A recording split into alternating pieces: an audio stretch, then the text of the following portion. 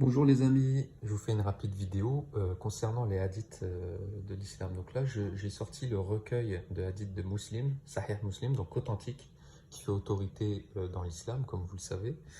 Et je vous allez voir des hadiths assez surprenants. Donc là, on va commencer. Là, il y a par exemple un hadith de bonne pratique, hein, vous voyez, là, le 388, hein, d'après Abu Ayyub al-Ansari, le prophète a dit: quand vous allez satisfaire un besoin naturel, ne faites pas face à la Qibla, ni lui tournez le dos non plus, mais orientez-vous vers l'est ou l'ouest. Donc là, en gros, il est en train de dire quand vous allez faire caca ou faire pipi, il ne faut pas s'orienter vers la Mecque, hein. C'est interdit. Euh, donc là, c'est pareil. Interdiction de se nettoyer en utilisant la main droite après excrétion.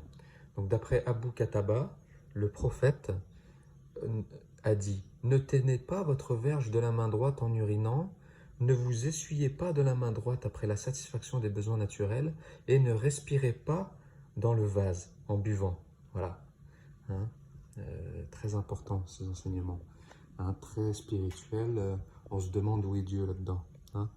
Donc voilà, vous comprenez l'enfermement que l'on peut subir lorsque l'on met foi, lorsque l'on donne foi à ce genre de choses. Ça rend complètement dingue, hein. Là, je vous ai donné que quelques exemples, hein, mais vraiment que quelques exemples. On va continuer. De toute façon, on tourne les pages, on en trouve partout des exemples comme ça, hein. Donc là, par exemple, interdiction d'uriner dans l'eau stagnante. Que personne n'urine dans une eau stagnante, puis il puise pour faire ses ablutions. D'accord, okay, très bien. Là, je vais en trouver encore une autre. Là, voilà, dormir sous une même couverture à côté de sa femme quand elle a ses menstrues, donc quand elle a ses règles.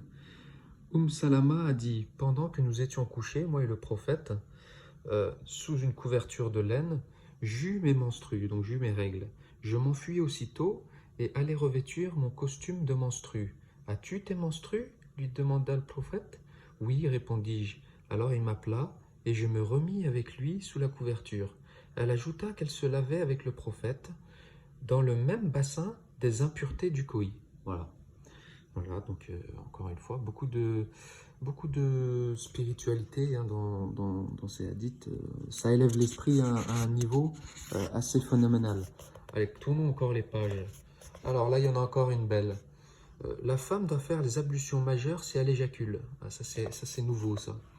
Donc, d'après Sulaim, pardon, j'interrogeais l'envoyé de Dieu de ce que la femme doit faire si elle voit un songe érotique, tout comme l'homme. Et donc, si elle éjacule, répondit le prophète, elle devra se laver.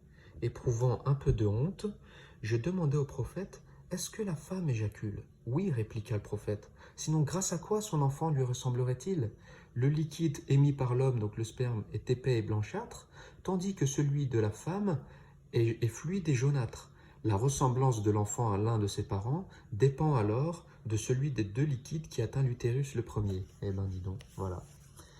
Voilà, donc c'est en fait c'est l'éjaculation de la femme qui permet en fait de savoir quel va être à qui l'enfant va ressembler, hein.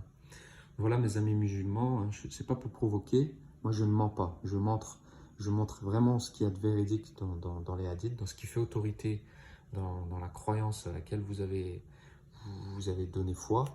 Et ben voilà ce qui est écrit, hein. Si vous n'avez pas lu, moi je vous montre, hein, il n'y a pas de problème. Il y en a partout, ça parle que de ça, ça parle que de ça.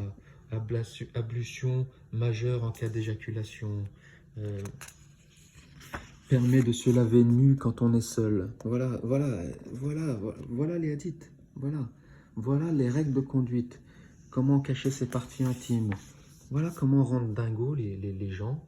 C'est incroyable, tout à fait incroyable. Voilà, je vous dérange pas plus. Je vous dis à très bientôt. Je pourrais vous en faire d'autres, hein, c'est tellement, il y en a tellement en fait, des perles comme ça que vous ne risquerez pas d'être déçus. À bientôt.